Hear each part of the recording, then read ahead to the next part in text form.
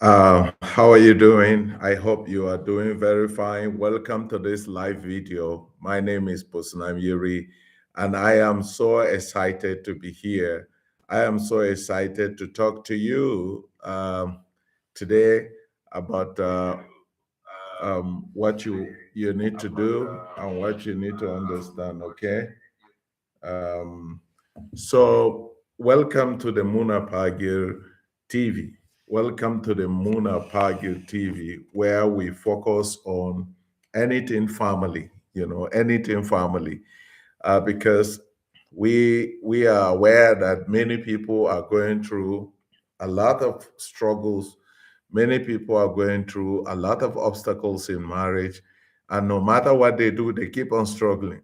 So, if you are yet to subscribe to this channel, I am advising you to go ahead and subscribe to this channel because we are going to be talking about inspiring things, many things that you will find very useful. There are other videos too that we have uploaded that you need to also go and get connected, go and ensure that. You have access to these inspiring videos, these educational videos. You don't have to struggle alone. You don't have to struggle alone in marriage. That's why this channel is very important. So I want to introduce a type of marriage to you that will help you. I got married in 1999, on the 2nd of January 1999. And before I got married, there are many things I learned later that many people, I was not taught. I was not taught. And I know that many young people are going through the same, who are working on their planning their wedding. They are planning their wedding. And we had a wonderful conversation, on the meaningful marriage. And they were so excited. One of them said, this meaningful marriage, the ideas I shared with them, were lighter ideas. And I can tell you, me too, discovering the meaningful marriage really, really touched me, really, really changed the way I see marriage. If I had known the meaningful marriage before I got married, probably different errors that different gaps I experienced in marriage, I wouldn't have experienced them. So you should follow the Meaningful Life series. In the Meaningful Life series, I will be focusing on the dangerous grounds in marriage. There are dangerous grounds in marriage. Some are loud, some are hidden, but these dangerous grounds are there and they are destroying many homes. So in this journey, I want you to continue to connect so that we can move together. And then toughest challenges, these are dangerous grounds, toughest challenges couples should not ignore, because if you ignore these challenges, you are going to find it difficult to navigate. You are going to find it difficult to identify these dangerous grounds and do something about them and do something about eradicating them. So, but there are different issues. I'm going to talk about different issues in this journey. I'm going to talk about uh, my money, your money. What's this argument all about? I'm going to talk about divorce, separation. How do we approach conflict in marriage? I'm going to talk about conflict resolution in marriage. I'm going to talk about what do you do when your spouse is ill. I'm going to talk about, okay, I'm feeling trapped in marriage. Why am I feeling so trapped in marriage? There are many people who are married, but they are feeling so trapped in marriage. I'm going to talk about that too. So many hidden and loud issues in marriage. So it is very important for you to make sure you are part of this journey. I will be uploading excellent videos that will equip you and that will help you become um, handle marriage in such a way that eventually you will be happy too. But a crisis come up in marriage, people use different backgrounds to interpret marriage. Well, there are two things on the table, life and death. There are two things on the table, life and death. So anytime you are making a decision, you should ask yourself, is this decision leading to life or is this decision leading to death? So the goal of this program is to help you make good decisions that will lead to life. What is the difference between happiness driven marriage and the meaningful marriage? I am introducing the meaningful marriage to you. I want to take away happiness driven marriage and then replace it with the meaningful marriage. Uh, what's the difference between the happiness driven marriage and the meaningful marriage? The happiness driven marriage is different because the couples are expecting the marriage to make them happy. They ask this question. Um, the wife asks the husband, I'm the wife is asking the wrong question. How can my husband make me happy? The husband is asking the wrong question. How can my wife make me happy? And then suddenly they discover that they are not the source of happiness. The man is not the source of happiness. The woman is not the source of happiness. If the since the man is not the source of happiness, then it simply means he will not always have it. Since the woman is not the source of happiness, it simply means she will not always have it. So since the man is not the source of happiness, the woman is not the source of happiness. Before you realize it, they become frustrated in marriage. They have this emptiness in marriage, and they keep on changing. They keep on changing. They keep on changing. But in the meaningful life, the perspective is different. Instead of asking, how can this marriage make us happy? How can my husband make me happy? How can my wife make me happy? The question is different. The question is, how can we honor God in this marriage? No matter the obstacles, how can we honor God in this marriage? If you have this shift from how can marriage make you happy, which it will not, to how can God make me happy? How can we bring glory to God in this marriage? And you will discover that because joy is this fruit, it's a fruit of the Holy Spirit, you will have unquenchable joy. Try this. This is what I'm using. I'm using the meaningful marriage. And I have faced several obstacles in marriage, but because of this philosophy of the meaningful marriage, I can tell you this. I have approached these obstacles differently, so you should also try it. Okay, now let's talk about your decision. It's my life, it's my decision. I can do whatever I want to do. That's how some people talk. Are you sure it's your life? Did you contribute anything to your creation? Did you have a plan before you were created? Do you know when you are going to die? See, if you did not contribute anything to your creation, if you didn't have a plan before you were created, if you don't know when you are going to die, then what makes you think that it is your life? It is not your life. You are not your project. And because you are not a project, it's very important for you to look unto the person who created you, and that person is God. So there are different types of marriage. We have the Islamic marriage. In the Islamic marriage, the covenant, the agreement is different. There is a room for divorce. The way they handle their own is different. If you go to the court marriage, the second one is court marriage. The court marriage too is different. The agreement is different. There's a room for divorce. There's a room for divorce. The third one is the traditional marriage. The traditional marriage too, the agreement is different. You know, there's a room for divorce. Depending on the culture, but in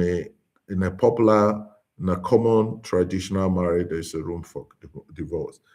But the agreement is different. So the Christian marriage is different. The agreement is different. Let's say you have two three, four documents on the paper on the table: Islamic marriage, court marriage, traditional marriage, and Christian marriage. You see, you choose the one you want. You have the power to choose. But I want you to know that if you choose any and you signed it, then it means you have to abide, you have to obey.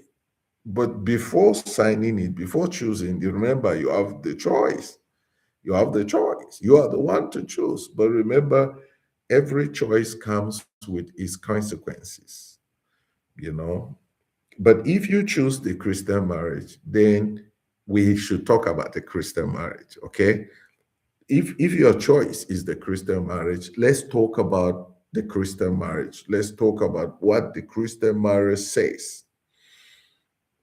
The Christian marriage, um, there is no room for divorce.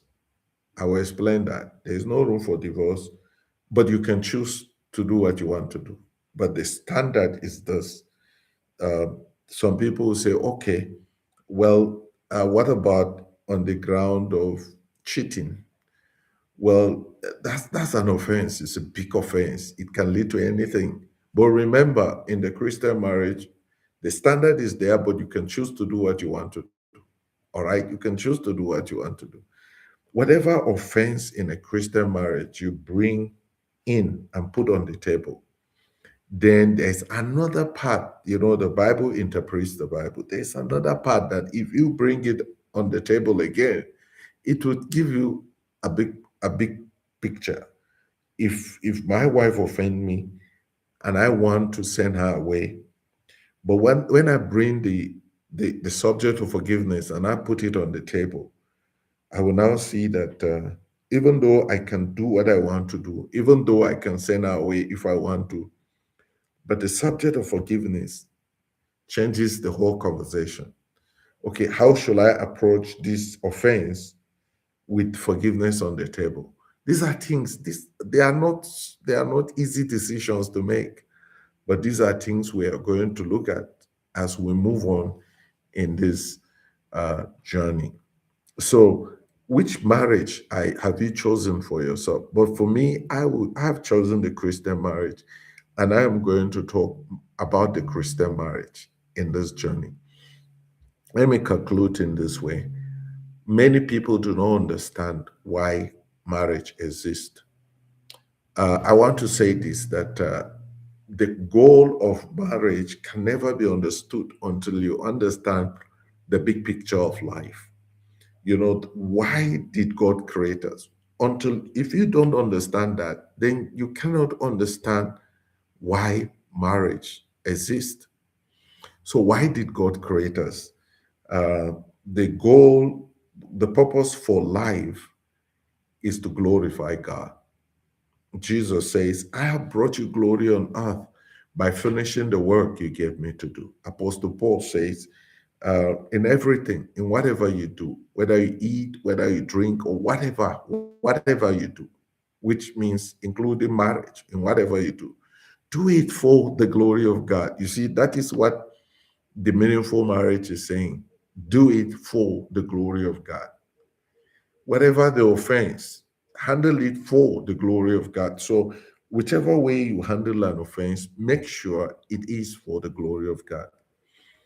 So, the purpose for your life is to worship God, is to glorify God. So, with that understanding, the question is then why do we have marriage? Why do we have marriage? The big picture of marriage is to glorify God. It has to support the goal for your life. But the reason for marriage, why do we have it?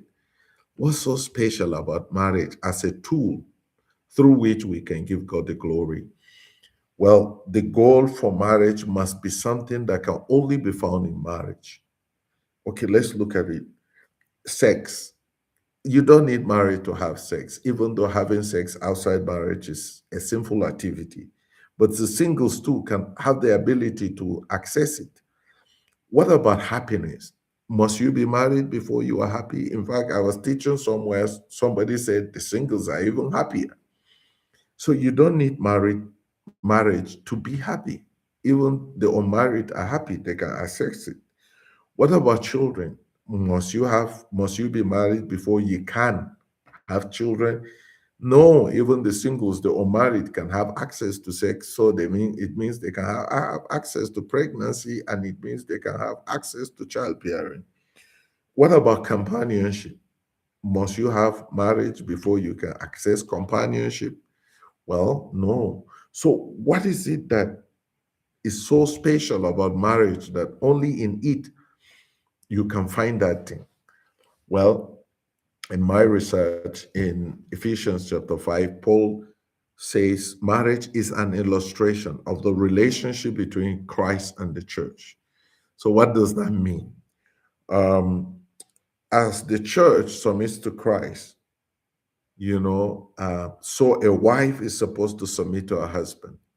As Christ loves the church, so the husband is also supposed to love his wife. So, which means marriage is an illustration of the relationship between Christ and the church. Huh? So the singles cannot do that. The singles cannot achieve this type of illustration. They cannot do that. They cannot illustrate the relationship between Christ and the church. So, since marriage, according to Paul, is an illustration of the relationship between Christ and the church, then the question is the relationship between Christ and the church a peaceful one? Well, no. And by church, I mean us, church fellowship. No, no, no, no, no, no. The church is always offending Christ. The church is always going astray. Christ is angry with the church, but uh, for how long has he been angry with the church? Um, but the question is, why is he still loving the church despite the waywardness of us, despite our waywardness, despite the way we handle this journey? We are always offending Jesus, but he is always loving us. Husband, love your wife as Christ loves the church. Is there any offense that the church will commit that Jesus will not love the church? Then, if you fail to understand marriage in this light, then you can never respond for the glory of God. Remember, Paul says, in whatever you do it for the glory of God. That's what Paul says. So, yes, your wife has offended you, maybe. Your husband has offended you, maybe. But when we say do it for the glory of God, what does it mean? Does it include forgiveness? Well, we are going to explore all these issues.